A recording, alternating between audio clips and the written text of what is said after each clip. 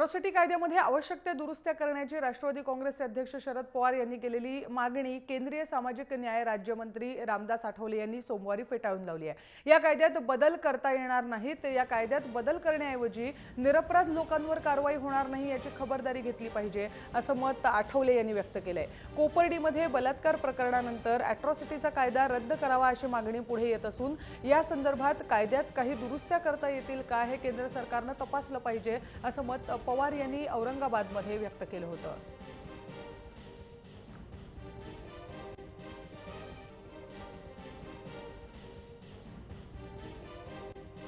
Atrocity कायद्यामध्ये बदल करता येणार नाही असं आता सुनावलं आहे। सामाजिक न्याय राज्यमंत्री रामदास आठवले यांनी असे काही घटना दुरुस्ती करण्यापेक्षा कायद्याचा गैरवापर होणार नाही, कायदा न्यायासाठी कसा वापरता येईल याचं हे प्रत्येक राज्य सरकारने किंवा प्रत्येक सरकारने पाहिलं पाहिजे असं त्यांनी म्हटलंय।